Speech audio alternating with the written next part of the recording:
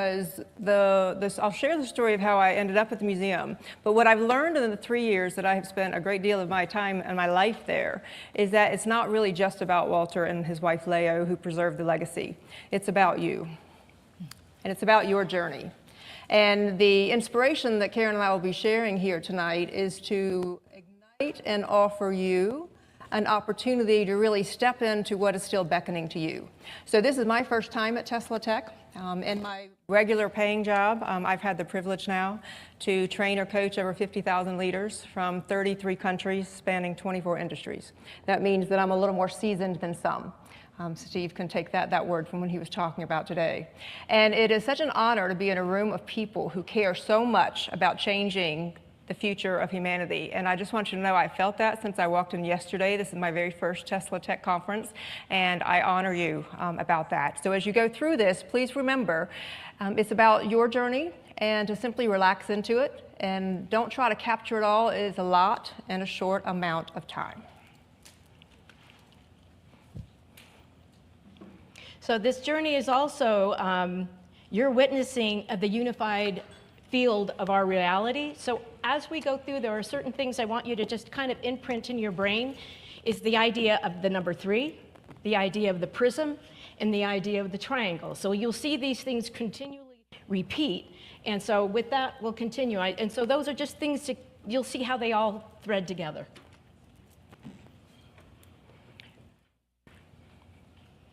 So every 7 years, Walter Russell had an illumination on his birthday.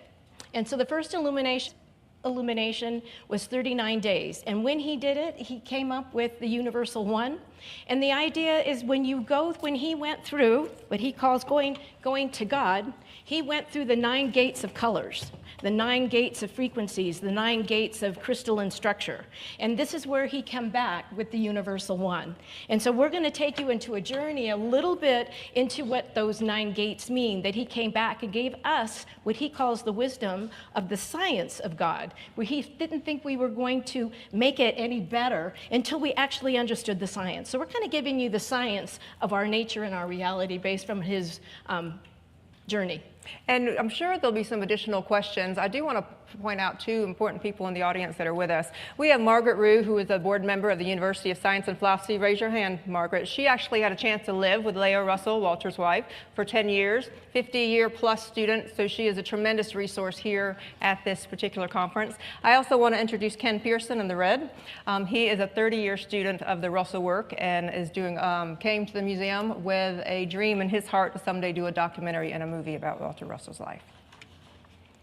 So when we start looking at Walter Russell's work and we look at the electromagnetic, so for him it was more about magnetics and then electric. But when you start to see the visuals that go along with this, you'll see that all of those electrical wheels, that's okay, you can go next one.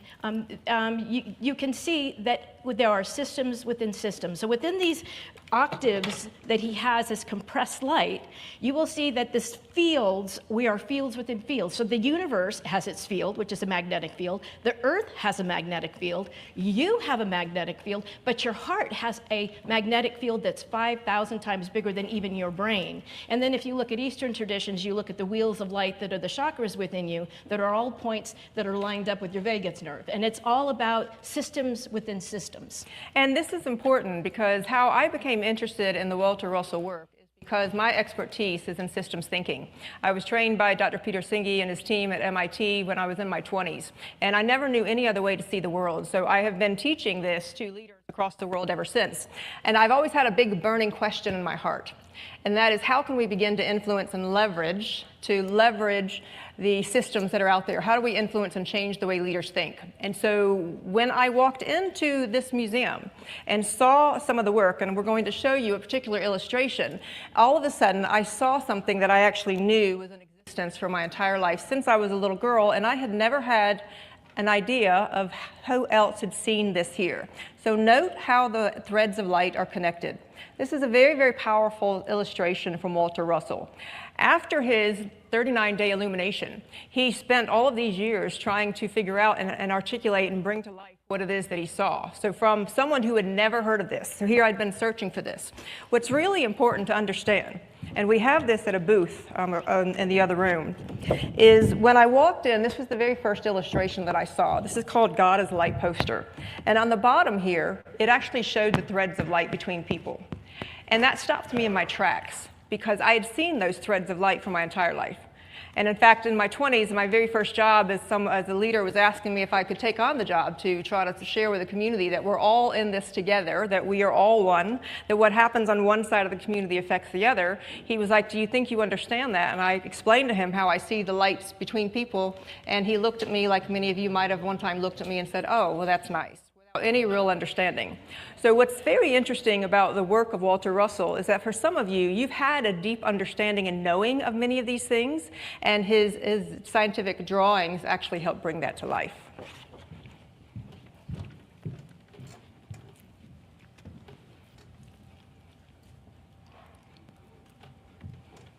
So when you look at Walter Russell's drawings, we don't always look at things dimensionally. So I want you to look at the one that says 1, and that's like the vortex like of a tornado going down.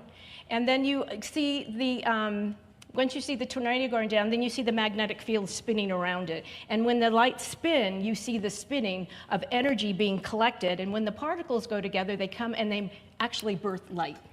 So when I looked at this, when I was at the Electric Universe a long time ago, covering that, there was a guy named Kung Pop, which kind of said to me, again, just like Michael Claridge and I had the magazine, you can see the layers. So if you look at that, you will see Walter Russell's periodic table laid across that.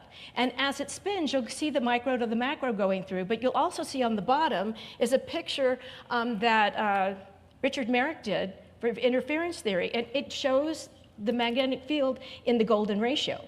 And you'll see that that actually is a golden ratio. Your ear is a golden ratio. So we're really designed as a sound system. So this system keeps going with the next one. And when you see the system and things are evolving, there's the next part where you see is in this system, it is weaving. So another way for us to really look at this is that these are the planets moving that you see, and in it, it creates geometry. And that geometry creates your life biogeometry. And that doesn't just happen on the cosmic scale. That picture on the bottom, was your DNA. So that DNA at the bottom does the same thing. We tend to look at things very one-dimensionally, and I want you to look at it from the way you can look at it three-dimensionally. So you're looking at it from linear to top-down. So you can see that it actually creates a weave. And so we're all interconnected in this weave. It happens from the micro to the macro. And part of what appealed to me when I first found the Russell work, how any of you ever put together a puzzle, and it helps to see the picture that's on the front of the box. Would you agree? And then the first thing you do typically with a puzzle is you like to do the outer edges so that you have some idea of where the rest of the puzzle pieces fit. Fair enough? Instead of just having no picture and no border. Well, what happens for me, and what I hear from many people with the work of Walter and Leah Russell, is the fact that it gives you a border for the cosmic puzzle that so many of us have many different puzzle pieces too. And Karen has done a lovely job of bringing some of these elements to life. Yeah, just looking at the particles moving down there, you see that everything is nothing but particles. So, yeah, and from there, when you look at it as a puzzle, you can hold this for a second. When you look at this as a puzzle, what you see is this field, and within that field, it's a geometry, which then creates the holographic field, which creates the algorithms. And so this is where you can see that when we're looking at the matrix of holographic light, that this is a matrix of light that's always moving in like a gyroscopic sense, recreating algorithms. You can go to the next one. And the person's work that reminds me of the most of showing you numbers, which is where I know Mr. Greg Volk over there, is Walter Russell's work. So Walter Russell's work actually shows the tiles, and those tiles too are mirrored lenses, just like Walter Russell's are. But the interesting thing, how I met Mark, we called and said, can I be in the magazine that you do? And I said, yes, but I'm doing one on domes or numbers. He said, I'd rather be on domes. The picture behind his puzzle is the Taj Mahal. And when I saw that, I was doing domes, and I thought, oh my goodness, there is nothing new under the sun. They already knew it. And so when you see these numbers and these complexes and you go into these dome structures, you just know that you're walking into a field that they've known for a long time. And that's When you look at all these moving pictures here, I love the way Karen actually brought some of these to light. And so know when you go back and look at the video, it takes some time to actually go through this and see that you're actually seeing this work all over the place, and it actually makes our existence more magical. Yeah, and so the whole idea of the field, then you can imagine that what you're doing is in this, you're walking in the field. You're literally walking in the hologram. And just like John over here is playing with this Rubik's Cube, the living universe is something where every move we make is calculated. It's a way of thinking about it. But it is a superfluid crystalline matrix and a quantum field. So it's not amazing that that's actually how we play? And we need to become conscious of what we're doing at any given moment in time, because we're playing with the puzzle. So. Now, when I entered the museum and I went through the scientific room, and I want to invite you all to Waynesboro, Virginia. It's a little off the beaten path. You can fly into DCA, which is 2 hours away. You can fly into Charlottesville or Richmond, which is somewhere between 30 minutes and 1 hour away. It's worth the visit. You will see the unbelievable artwork that this man has painted and sculpted. And then you will see this additional body of work. And so when he went through his illumination, so imagine this was someone who I had never heard of Walter Russell at all. Never. And I went to that area because I was going to visit a tachyon healing chamber, because like many of you, I wanted to find out what were the new healing modalities. And I always suspended any disbelief I had. And so the only one was 6 hours away from me in this tiny town I've never heard of, Waynesboro, Virginia. So I take my 6 hours, I drive there, and I do a week of sessions. And he hands me this brochure and says, in between sessions, why don't you go check out this museum? And I was like, who is Walter Russell? And he says, you'll see when you get there. So I walk in and I see this magnificent, breathtaking body of work. I don't know how to articulate to you all the treasure that's there. And so while many of them have been 50-year students and 30-year students and even 13-year students, I was new walking in there. And the profound impact, it changed me. And so when you're looking through all of this, and we have the information in the other room, if you haven't tap danced into this, see what it's about to call to your heart. I went back 5 months later after I left with all of these things, these materials. And I spent 5 months consumed going through the home study course and so many of the materials, and I knew there was something special. I had been searching all over the world for someone who would put some of these things together. And I came back and I offered to sponsor programs and bring people in from all over the world to figure out how we could start to make this very complex and powerful work more palpable to the average everyday person. And so one of the programs is actually how Karen and I met. I saw that she did an incredible job of taking Walter Russell's work and placing it into a visual journey. And so I invited her, and thus our partnership was born. This is one of the most magnificent paintings there in the room. And so imagine you come out of this illumination. So imagine yourself, place yourself in your own illumination. All of a sudden, you go through a time where you feel yourself suspended from your body and you are connected to the light, and however it is that you call it, he called it the Creator, and comes back and is trying to paint and figure out how to articulate. How do I sketch out the beauty and the magnificence of what I saw? And so this wave, this particular wave painting is actually in their centerpiece in the museum, and very, very powerful. And you can actually order any of these scientific drawings, by the way, at the philosophy.org website. Yeah.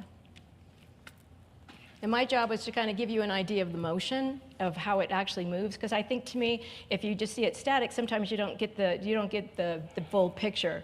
So I would say this would be also the top-down. This is a very powerful and sometimes misunderstood illustration. Have any of you seen this particular illustration from the Universal One, the Cosmic Clock? I have just a few people in here. It's incredibly powerful. We have one over here at our booth, and it was recently under the leadership of John Bonsall, the previous president of the University of Science and Philosophy. He found in the archives where Walter himself had named this instead the Grand Symphony of Creation. That was very powerful. And so he brought that to the public. And so please understand that much of Walter's work, once he passed away, and then later Leo passed away and refolded is what they call it, because they believe you can never die, is this all went into storage. They stayed open for 10 years. And after that, all of this treasure was in storage for 20 years. 20 years. And the people who knew of the work were almost heartbroken over what they saw. And so a mighty group of volunteers came back together, opened it back up in 2019, only to have COVID shut it down just a few months later. And so we have been this small organization trying to be sure that we stay open, because this indeed is a treasure, and there's quite a bit of powerful learning from this grand symphony of creation. So this one is when you look at the symphony, Walter Russell was everything is light. So all matter is crystalline, all matter is frozen light. And this is to show you his stuff in the back. His idea is one universe, one mind, one force, one substance. And when you look at the glass breaking and going through, you kind of see it. This picture for me kind of showed that it's just nothing but particles in waves. This is in the universe. It creates literally everything. And this substance is you. You are light, you are one with the force, and it is within you. And so as Albert Einstein said, matter is energy, energy is light, and that's what we are. But that's a way, there's certain things that when you look at scriptures or different things, so how can it all be one? And so as I did my own book, what came to me is what makes matter. And I was working with Dr. Gerald Pollack at the time, helping him with some of his conference and promoting. And he said, Karen, it's all particles, light, and water. And when I went to Wikipedia, which could be wrong, but it looked like it, the only difference between any of it was the density of the particles. And when you think of that, you go, oh my goodness. So Walter Russell basically says, divided into many substances known as elements of matter. So all it is those particles dancing, rearranging, informing you, and informing you just by the way they cluster. And so, yeah, I think that when you look at this, you go, wow, it is one. It is one. It's just rearranging itself in multiple ways. And this is where I call it the recycling system. This is nature's way of moving energy. And do you actually really ever die, or do you just recycle from liquid, solids, and gases? And that made sense to me, So just an interesting nugget for those of you that don't know the story. When Walter Russell spent 5 years, this was a man with a 4th grade education, that when this experience happened to him, he spent 5 years figuring out, how do I share this with the scientific community? This was a really big deal. And so then he sends out hundreds of copies. There's a debate about whether it's 400, 600, or 800 someday. I'm sure we'll discover exactly what number it is. But he sent it out to all the top scientists and top leaders in the world at that time. And the only person he heard back from was Nikola Tesla, which said, lock up what you have here for 1,000 years until mankind is ready. So that speaks to you about the power of what was here. And so there are actually letters in the archives of where Nikola Tesla and even Einstein have communicated with Walter Russell for supporting his Mark Twain Memorial. And one of the letters that we ran across was where Walter Russell was writing a letter to someone else and said, hey, I sure wish Einstein, if he was going to use some of my stuff, would have given me credit. And so that was a great debate among many of the men back then. And in fact, we heard straight from Leo that she said that when Einstein passed away, they did find a copy of the Universal One in the desk of Einstein. There we go. So this is going to take us, this is when Kimberly invited me to the museum. She actually did a workshop. And we had to go sit in different places and sort of meditate for a bit. And I invite all of you to go look at this box. And out of this square little box, you will see infinity. And that was really kind of an awe for me. And so we're going to explore the box and the meaning behind it, because it's actually quite profound. And it is, go ahead.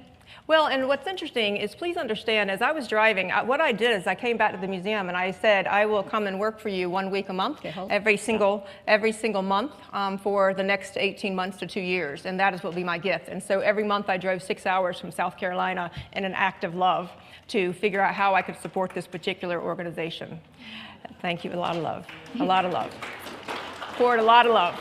And I literally fell in love. I don't know how to describe to you that when I would drive there, it would be like my heart was waiting to see this enormous amount of love. And so it has been my honor, my distinct honor, to be a part of this work and to see everyone who's been preserving the legacy, one that we hope to invite you into as well. But the reason I bring this up is because I had people like Karen, and I had people who had never heard of science. I had people who were very deep into science. And how do you bring those people from systems into that location and have them have a 3-day experience? And the whole time that I was in that museum, meditating, bringing down inspiration, what they would call illumination, light, a little bit of light at a time, is I kept hearing creation is child's play. Creation is child's play. And I really want to bring that home, because that's when I realized that the effervescence of how I was able to have people get excited was that at a soul level, we understand this work. Let it not be intimidating to you. And so when I saw someone like Karen take this box and go into a corner, it was incredibly powerful to see the magic that emerged.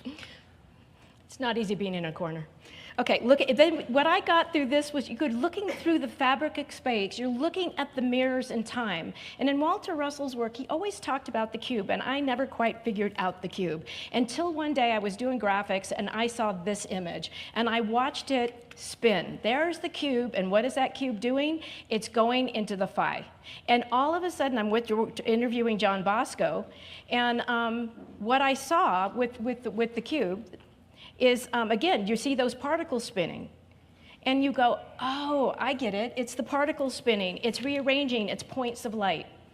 And then you realize as we spin, and he talked about the crystalline structure, behind this you'll see the E8 theory that's on top, but it's all making the crystalline structure. And it is how the universe is working. And then what you see is we're nothing but points of light coming out of the matrix, and that's how things work. Okay, stop with this one for a second. This is where we're going to go to the threes. So when you saw it this morning, you saw Steve Ross. Steve gifted me the picture of the atoms. You see they arrange in threes. What do the waters do? They arrange in tetrahedron structures. What does light do? It's tetrahedron structures. So what you're seeing in that recycling system is the law of triangles moving through the vortexes, spinning and giving you angles of incident, no matter what you do. So you can continue. That's where you're going to see it's all one, all moving, all triangular, all spinning through time and space.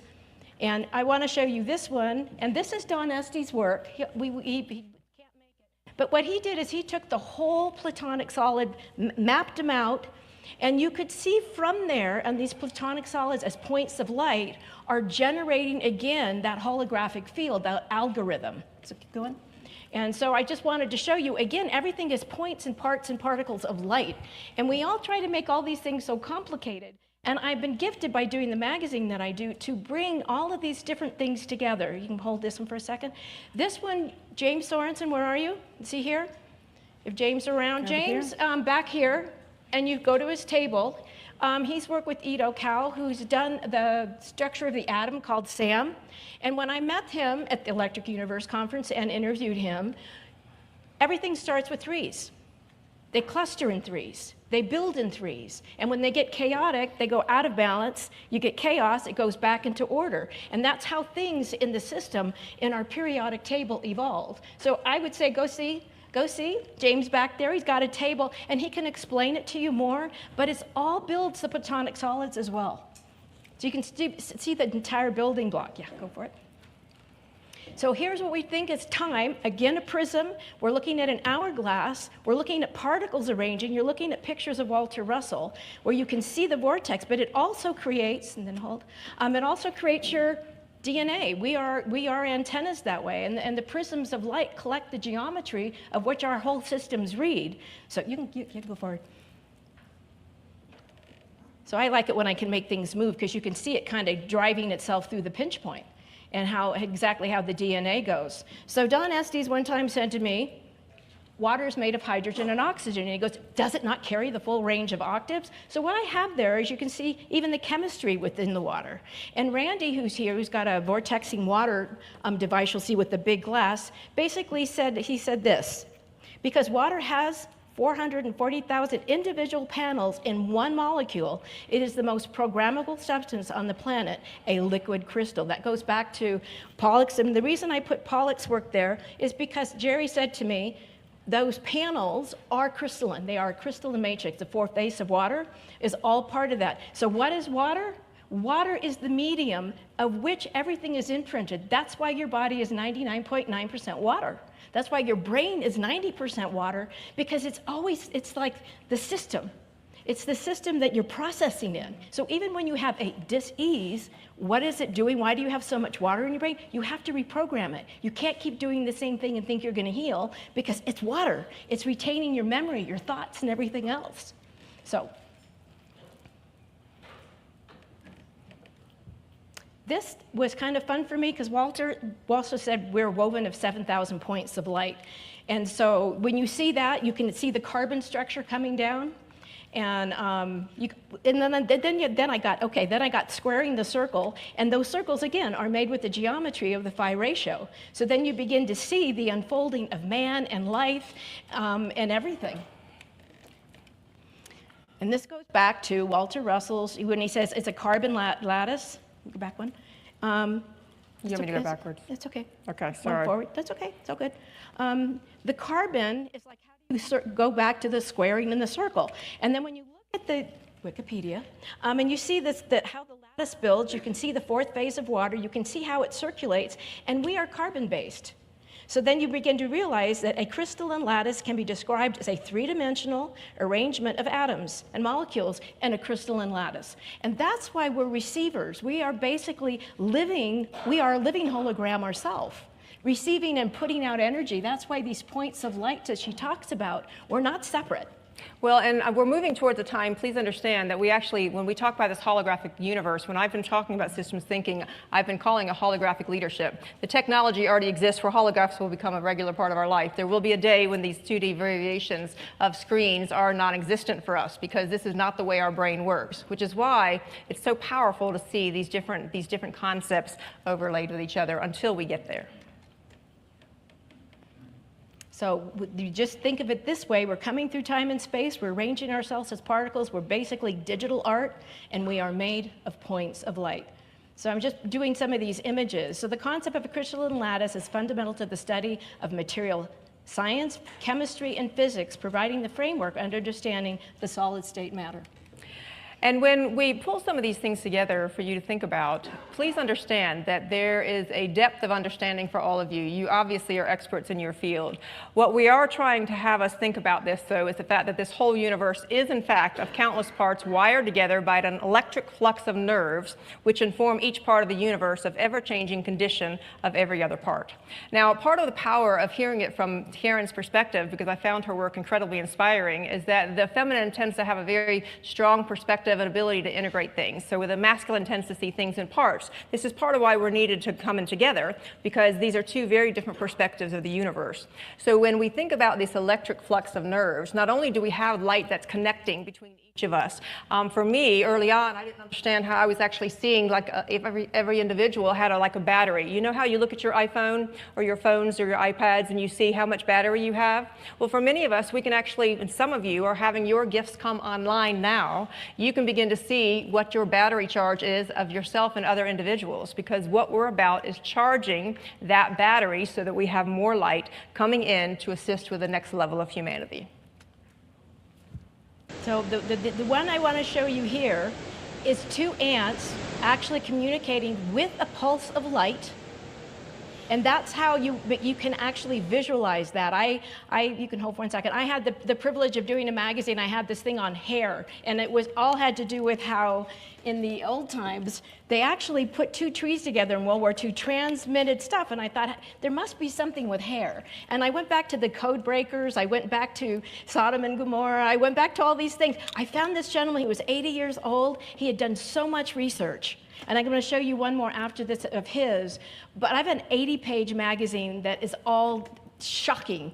It'll even show you what happens when you get drunk. It is so fun. So again, when we think of the pulsing, think about how it happens between the sun and the earth. And down below, you'll see it, how it pulses between the top of your brain down your whole neural network. That's a way of understanding it. And then when I think of this, think of it from the micro to the macro. Sometimes we don't even remember that so many of the images, we say they aren't connected. How can they not be connected? That is the outer space, that is water, and that's your brain. There is a fundamental design in that is so brilliant, and it transfers information all the way through micro to macro from you to it. And you can see these pulsing lights functioning on all these different levels. Okay, this is a strand of hair receiving communications. So you can see the wave function happening, and you can see the dendritical structures literally moving with it. That's fascinating to me, because that's one strand of hair. Can you imagine what's happening? I won't say that to Steve Ross, because he doesn't have any. He burned it out, but that's okay. So now we're going to go back to the box because it actually explains some of the things that Walter Russell kind of saw, but maybe didn't quite. And I'm going to put it together for you. So we'll go the next one. So when you look at his diagrams, what I've done is given you an idea of how these actually move. Now go back 1 second. And the reason I want to show you, because there was really nothing new under the sun. You can see the ancient traditions had the same understanding, and that's the energy flow. So we can go to the next. It's always fun to put the visuals because it really helps me. And then I saw this, it's like the Merkaba body, and that's a box moving in time and space. And again, how do we square off with light? As above, so below, so within. So this one was also looking at how the wave functions, from the ancient traditions of India to his drawings and how they fluctuated. This shows you the wave. Just hold on to this one for a second. And I want you to see on that box, you'll see, we always look at something one-dimensionally. I want you to look at the side. Imagine what it's doing, and down below, now we're getting, what do they call it? Angles of incidence, or incidence of angles, or whatever it is. And then you can see his drawing of the coming and the going, and how the wave, you can measure it in every angle, like we have Phil over here who described all those numbers. That's okay, so keep going. The next one was fun. So this one, don't let it go past this one. I want you to notice on these diagrams, you're going to see the magnetic field. You're going to see the moving in the lens of light. And the other thing you're going to see is that pulsing sound system. And that pulsing sound system is when we look at the sound universe pulsing, you'll see that, see the sound pulse? That's where you can see that it's a sound system. So when you're looking at the ants and stuff, we are literally dynamic beings pulsing our energy to one another. It's a way of understanding that. This is one of his drawings, and I thought, okay, why don't I overlay it? And all of a sudden, I could see it moving. I could see that it was dimensional. I could see that it had many lenses, and it moves circularly. It just moves all around. And then, like Marco Rodin's, hold on to this one a second, that's the black, what we call the black hole. I have a question for Michael Claridge on that one after that. I think that is that like the Birkeland current where it goes in? I don't know, that was my thought. So this is like the optical lens, that's the black hole where it sucks in the light, and then you can see, that's the way your eye works. It sucks in the light. And so he's trying to tell you this is your universe. This is you seeing, you witnessing. So his diagram here on the lenses goes back to his work as well as Marco Rodin's work, where you actually see the angles actually being measured. Hold on. And then you see that the prism, everything is a prism of light. And when he had a diagram, which is this one, the 3 mirrors of the cosmic mind. So that you have the magnetic parts of, the left brain, the right brain, and the center, which most would call it the pineal gland. And how is it that those 3 mirrors, of which we are bringing in information, are processed through our cosmic mind? So how does light begin then to create humanity? How do we see it? It reflects an image. And you can see the bands of rays coming, and we process it through a field. And this is our holographic field. We are putting putting particles together in our mind's eye. How else do we see this? We think it's solid, but really all it is pixels, just like the TV screen presents pixels. We are basically bit players, is what I call it, in the big grand scheme of life. And the one thing Walter Russell wanted to say about this is we live in an electric age, and we live in an electric universe. And that was something that him and Tesla both agreed on profoundly. And so when you look at the way we've mirrored everything, all the technology, we've mirrored our own inner bodies outward, showing us, revealing what it is, the technology that's within. Well, and this is very important because of where we're at. I've heard many references over this past day and a half about this idea of what's happening with 5G, what's happening with this frequency band. Most average individuals do not understand the issue of the wave. And so this is one of the favorite books. It's called In the Wave Lies the Secret of Creation. And it's got a lot of the scientific illustrations there in this book. And when I started to bring people into the museum, I began to realize how few people actually understood the power of of the wave. This is important to all of you here with your new inventions and your new technologies, because if people don't understand the power of the wave, they're not always going to understand what some of you are trying to do. And so even all the way back to the things that we have, the technology, it's not the technology is bad, it's that it's collectively building a frequency fence. And before iPhones and all of those things, it was back in hearing aids and many other ways that many of you know signals were interfering with what's happening. So it's imperative that we begin to find ways to make this more common knowledge.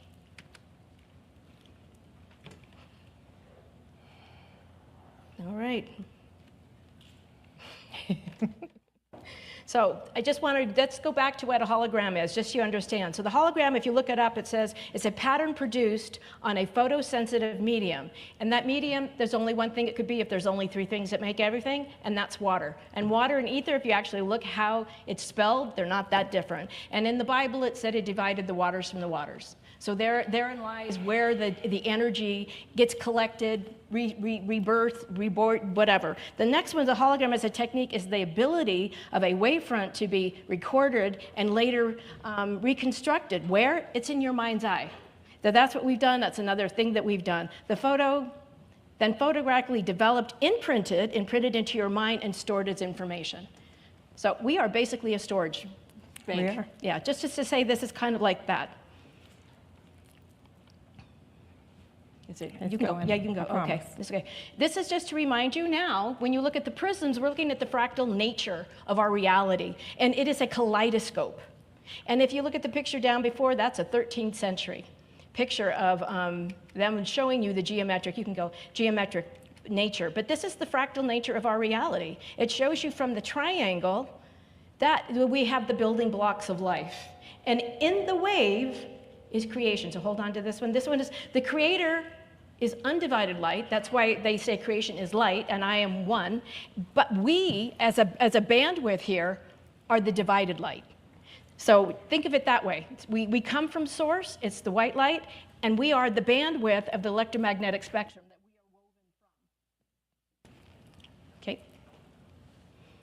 So, you know, a lot of this takes you back to understanding. So here's the picture. It says, in the wave lies the secret of creation. And I'll show you how that happens. And so when we look at this, we see the weave, we see the web. It's an electric wave in motion, projecting aspects of self and angular lights. We are a resource of source. So when we look at the dividing that they're trying to create among us people, it's crazy. We are human. We literally hue. We are color range of lights. And so I'll let you read that one. Man may weave the pattern of his self and light of me, and of his image and divided light of me, in as the sun sets up its bow of many hues from divided light of me. So one of the first books that he wrote right after that illumination was called The Divine Iliad. And so I want you to imagine that you've been through a multiple day illumination. And illumination to them is when the light spectrum opens so large that you actually receive a download, an understanding of the greater. So we respond to light. So that's what, you know, if you go back to Steve Ross and go look at that Denshaw machine, you'll understand it, and he can give you a really good thing. And our back is Krishna Madhapa, and with his GDV device, that's the P, and that's what you're eating. You literally eat light. And when we exchange energy, go back, no, you're good. It's okay.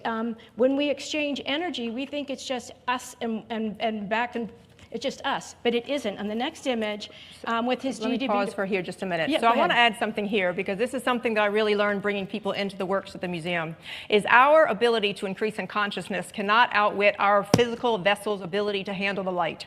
And so for many of you that have been working towards your steps of where you're receiving more illuminations, you're receiving more inspired thought, it's very important that your physical body keeps up with that. So you will find as you're towards that, many of you have already made the choices. I was talking with some of you of the purified water, of more fresh vegetables, of more green, because what we're doing is we're literally consuming light.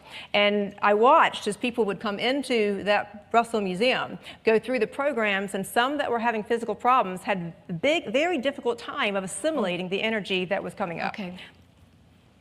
So we're going to have to speed through a little bit here. Okay. So I just wanted you to see that you actually eat light, and that's courtesy of Krishna and who's monitoring. And the next image you're going to see is the difference between a plant in your place, loved or unloved. And that is amazing. And there's Krishna with his, and that picture of the purple is the emanation of a tulip. We not only do that, we drink light. And so we drink light, we eat light. Pretty much that's light. So when we have the Awaken Your Inner Genius booth on the other room, please understand, if you'll come visit, what we've done is that the Russells actually created a home study course. It's 12 units of this kind of a pamphlet. And their original idea was to be able to help people increase their level of consciousness so they could change humanity. That was the gift that they gave us.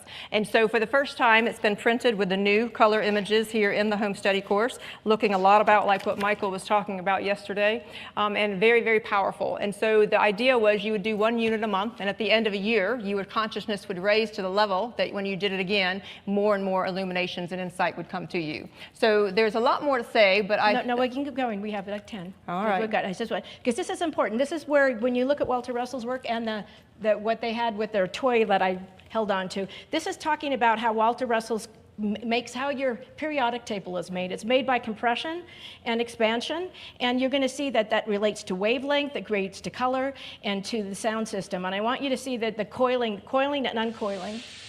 And then this is how the elements are made, through expansion and contraction. That's why you get coal to diamonds. And here he wanted basically to show you that gas are solids going outbound, or the gases are, some are coming in and some are going, I'm just going to go fast for the moment just so you can get it. Here is this right here. When I saw the square, one day I was seeing that, and all of a sudden I saw his periodic table come right out of the box. So you can play that one, Kimberly.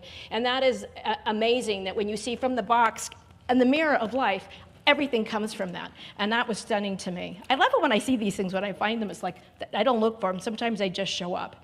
And I was like, oh, that's how that periodic table unwinds out of the square. 2 minutes. Yeah, okay. So this one? So please understand that in 1927, Walter Russell went to the Westinghouse laboratory and did an experiment where he transmuted water into 17 different elements. It blew them away. They had no frame of reference of understanding that. So I was when we heard the other day about this issue of transmutation showing up in a government grant, he was talking about this all this time ago. In 1941, he was awarded the doctorate of science from the American Academy of Sciences. So there is something there that's very pure, and I believe it's been saved as a treasure. And the reason Karen and I are here is because the whole movement, I think, as we need to wrap up to give our next guest time, is that the genuine belief of what Walter Leo believed was that there is a genius inside of everyone.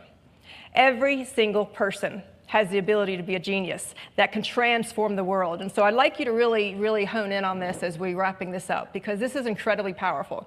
Having worked with so many people, I see that people are often walking through the world as the walking dead.